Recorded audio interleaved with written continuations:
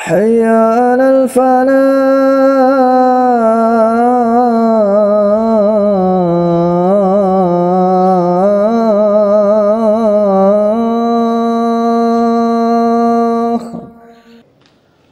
Baik ikhwati fillah rahimakumullah. Bismillahirrahmanirrahim. Kita lanjutkan kembali materi kita. Tadi kita sudah membahas terkait tentang dua materi, yaitu hukum nun sukun tanwin yang terkait tentang hukum izhar halki, huruf-huruf yang dibacanya jelas, nun sukun dan tanwin yang dibaca jelas ketika bertemu dengan huruf tenggorokan, 6 huruf tenggorokan tersebut. Kemudian kita masuk kepada kemudian hukum ikhfa hakiki, yaitu nun sukun. Apabila nun sukun atau tanwin bertemu dengan huruf kelima besar huruf hakiki ini, ikhfa hakiki ini, maka huruf nun sukun dan tanwin itu dibaca dengan samar di lidah. Nah, sekarang kita masuk kepada materi selanjutnya, yaitu tentang hukum iklab. Hukum iklab. Nun sukun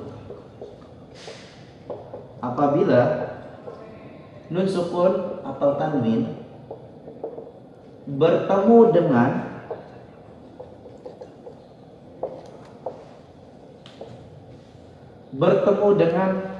huruf ba, maka nun sukun atau tanwin itu dibacanya nun sukun atau tanwin tersebut dibaca menjadi huruf mim. Jadi kita membacanya apabila nun sukun atau tanwin bertemu dengan huruf ba, maka nun sukun tersebut atau tanwin tersebut itu dibaca menjadi huruf mim. Atau lebih jelasnya adalah nun sukun itu atau tanwin tersebut berubah menjadi huruf mim. Jadi bukan mim, bukan mim tetapi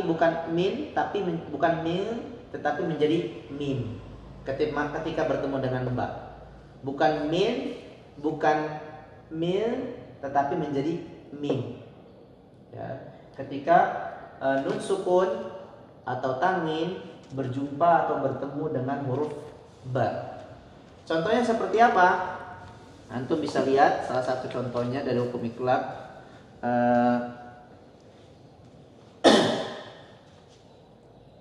Contohnya seperti ini. Ini ada huruf min, nun sukun bertemu dengan huruf ba. Maaf.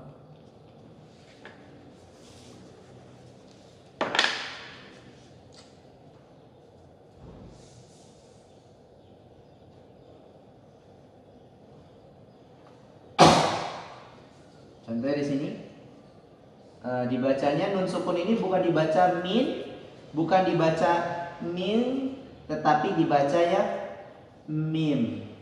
Nah, maka kalau di dalam Quran terbitan Kemenak itu biasanya ada huruf seperti ini, mimnya di sini. Ya, kemudian nun di sini nun sukun. Tetapi kalau di dalam Quran Utsmani, tanda sukun ini menghilang. Kalau di dalam Utsmani ya, jika di dalam Quran Utsmani, nun sukun tersebut menghilang. Hanya terdapat mim saja di sini, mim kecil seperti itu. Nah, jadi membacanya bukan min, tetapi mim langsung masuk kepada huruf, berubah menjadi huruf mim. Kemudian kita membaca huruf selanjutnya, huruf ba. Mim ba'di seperti itu. Kemudian ikhwati fillah rahimakumullah, perlu Anda ketahui bahwasanya terkait hukum iklab ini ada dua pendapat ulama berbeda terkait cara membacanya. Ya, yang pertama adalah ulama pertama menjelaskan ketika kita membaca hukum iklab, maka mim tersebut kita mim tersebut, mim kecil ini kita membacanya, bibir kita itu tidak menutup dengan rapat.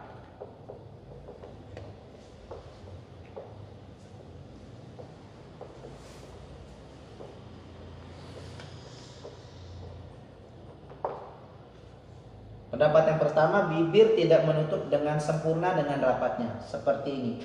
Contohnya, min ba'di, min ba'di, min ba'di. Jadi dibacanya bibir tidak terlalu rapat menutup, tetapi tertutup namun tidak dirapatkan. Min ba'di, seperti itu. Sedangkan pendapat ulama yang kedua menjelaskan bahwa terkait hukum iklab ini, mimnya dibaca dengan bibir menutup dengan rapat. Bibir menutup rapat dengan sempurna. Yang pertama, bibir tidak menutup dengan rapat sempurna. Maksudnya adalah bibir tetap tertutup namun dia tidak terlalu rapat, tidak dirapatkan. Tetapi yang pendapat kedua, bibir menutup rapat-rapat dengan sempurna. Tandanya kita membaca mimnya itu dia dirapatkan dengan sempurna. Contohnya seperti ini. Mimba, mimba, mimba, mimba di, seperti itu. Jadi bibirnya menutup rapat dengan sempurna. Dan ini adalah hukum iklab. Dan ingat, hukum iklab ini kita membacanya pasti secara arti. Iklab ini adalah bibir menutup dengan rapat-rapat. Ada cara yang pertama menutup dengan rapat sempurna, yang kedua adalah menutup tidak dengan rapat sempurna. Dan hukum iklab adalah apabila nun sukun atau tanwin bertemu dengan huruf ba, maka nun sukun atau tanwin itu dibaca menjadi huruf mim. Dan ingat, huruf mim itu memiliki sifat. Apa sifatnya? Yaitu gunnah. Sifat daripada huruf mim itu adalah gunnah. Apa itu gunnah? Gunnah itu mendengung. Jadi ada dua huruf gunnah yang dia memiliki sifat gunnah, mim dengan mim waw nun. Dua huruf ini memiliki sifat gunnah. Kenapa kok gunnah? Karena dua huruf ini keluar melalui bagian hidung, pangkal hidung kita. Jadi antum kalau baca huruf yang keluar dari hidung, maka dua huruf tersebut akan mendengung. Nah, contohnya seperti ini. Ketika antum membaca huruf mim dengan nun, dari alif sampai ya, ketika antum bertemu dengan mim dengan nun, maka dua huruf ini tidak akan keluar mengalir dengan jelas. Ba, da, abata, ta, ja, ba, da, ba, da. Nah, dua huruf ini memiliki sifat yang disebut namanya gunnah atau mendengung. Baik ikhwati fillah, ini terkait hukum iklab. Selanjutnya kita masuk ke materi selanjutnya adalah hukum idgham bila gunnah. Baik. Apa itu hukum idgham bila gunnah?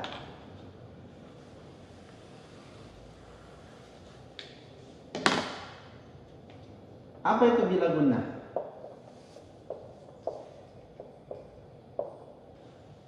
Apa itu bila gunnah? Kita ini sebut namanya bila. Bila gunnah. Ada yang disebutnya bila gunnah. Apa itu bila gunnah? Bila gunnah adalah secara arti artinya dengan tidak ada gunnah. Gunnah tadi itu apa? Mendengung. Jadi hukum bila gunnah itu adalah apabila secara terminologinya adalah apabila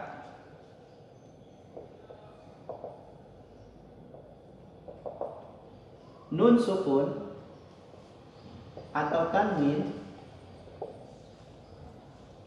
bertemu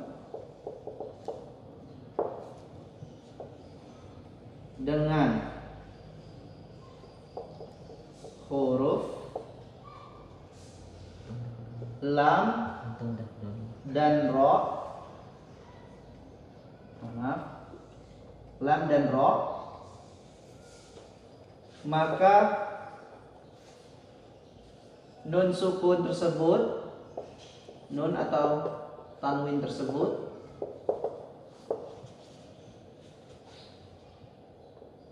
dibaca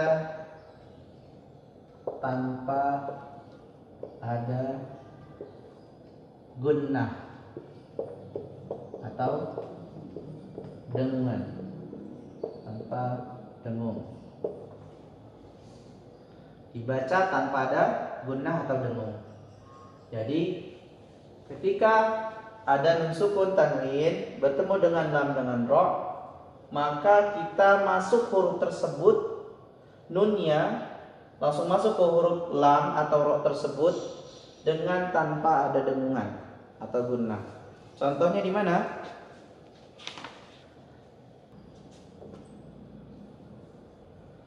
Contohnya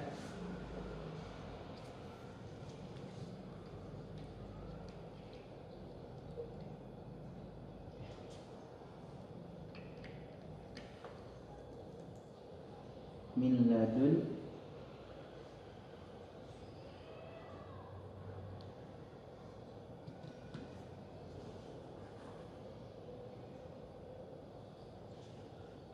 contoh di sini.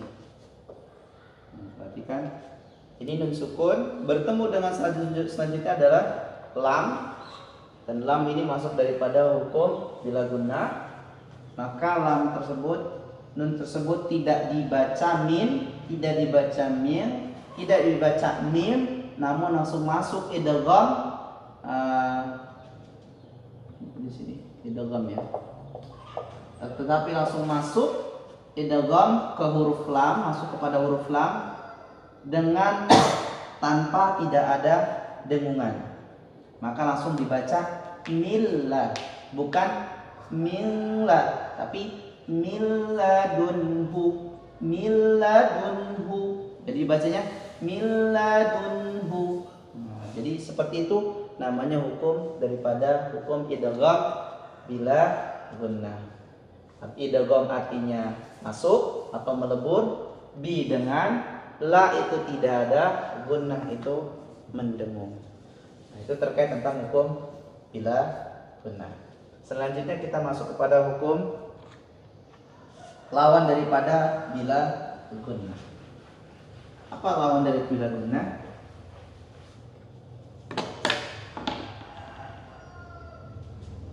Lawan daripada bila gunnah adalah tentu saja bigun.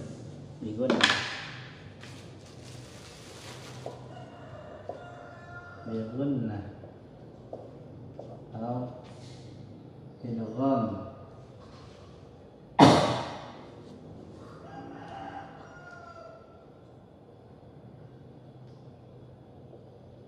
Idgham bigunah.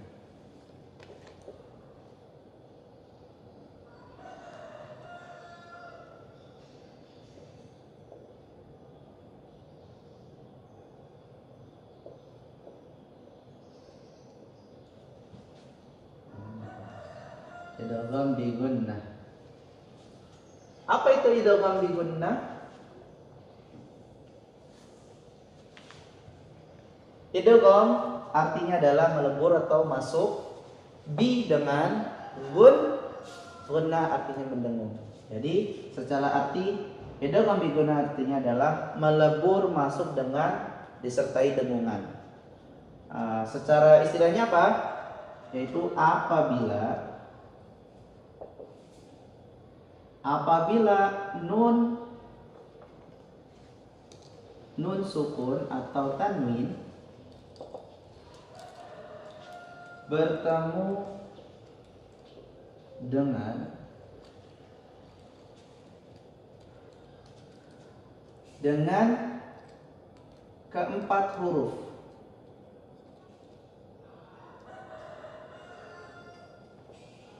Bi gunnah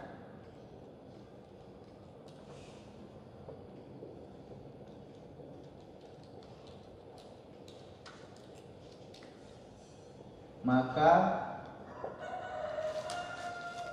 nun sukun atau tanwin tersebut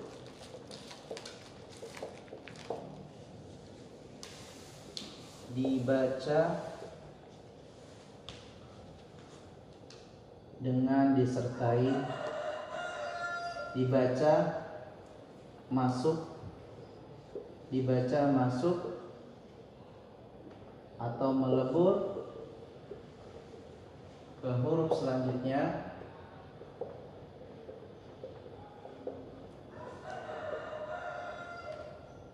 dengan dengung. Maksudnya adalah apa? Apabila nun sukun atau tanwin, harokat tanwin bertemu dengan keempat huruf di gunnah, apa saja nanti Anda jelaskan, maka nun sukun atau tanwin tersebut dibaca masuk atau melebur ke huruf selanjutnya setelah huruf nun atau tanwin tersebut dengan ada dengungan. Ya, dan ingat, dengung itu keluarnya daripada pangkal hidung atau disebut dalam bahasa Arab al-khayshum. Keluar dari al-khayshum kita. Maka apa saja huruf diguna? Huruf diguna yang pertama adalah ada huruf nun, kemudian huruf kedua adalah huruf mim yang mendengung, yang ketiga adalah huruf ya. Huruf ya, yang terakhir adalah huruf waw.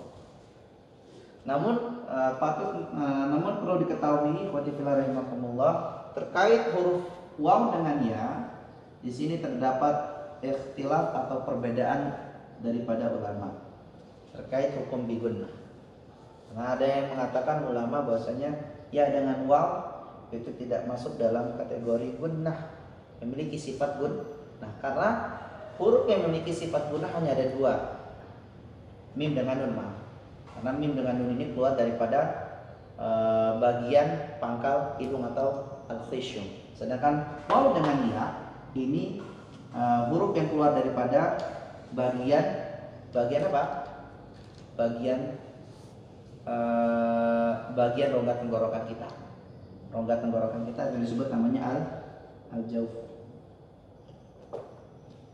Di rongga tenggorokan kita, rongga tenggorokan itu. Nah, itu huruf waw dengan ya.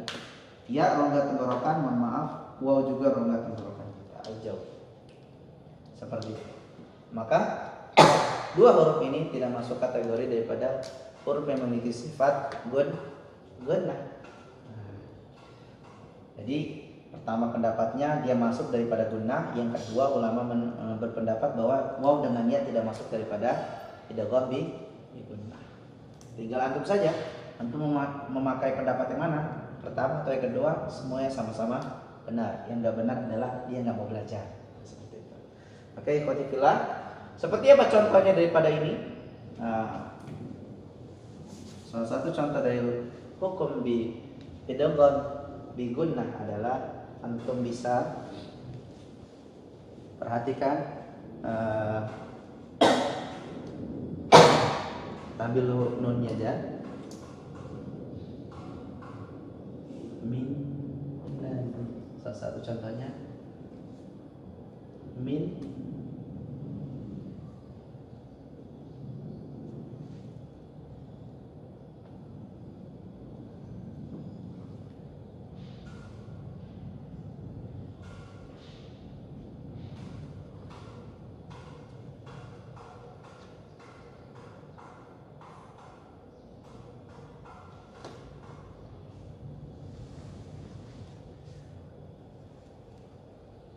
salah satu contoh ini. Ini ada huruf nun sukun, kemudian setelah nun sukun itu terdapat huruf bi gunnah, yaitu nun, maka bacanya, cara baca adalah nun tersebut masuk melebur ke nun yang selanjutnya, yang kedua, kemudian disertai dengan adanya dengung, dengungan keluar dari hidung. Dibacanya seperti apa? Contohnya seperti ini. Min. Dan ingat, setiap huruf yang memiliki hukum gunnah, maka huruf tersebut cara membaca gunnahnya adalah ada dua pendapat. Yang pertama, antum bisa membacanya dengan panjang 2 harokat. Boleh lebih daripada 2 harokat atau 3 harokat. Boleh 2 ataupun boleh 3. Yang nggak boleh itu adalah antum tidak membacanya. Ya. Jadi min ditahan, antum tahan dulu, baru langsung masuk, kemudian antum tahan, kemudian antum keluarkan dengungan selama panjangnya 2 atau 3 harokat, baru dibaca nanya, kemudian membaca ayat selanjutnya. Contoh seperti ini. Min nadirin, min nadirin. Nah, seperti itu. Ini salah satu contoh daripada hukum idgham bi gunnah. Baik, itu saja untuk hari ini. Kurang lebihnya mohon maaf. Ana tutup dan mengucapkan lafaz hamdalah, alhamdulillahirabbil alamin, dan doa kifaratul majlis. Subhanakallahumma wa bihamdika asyhadu an la ilaha illa anta astaghfiruka wa atubu ilaik.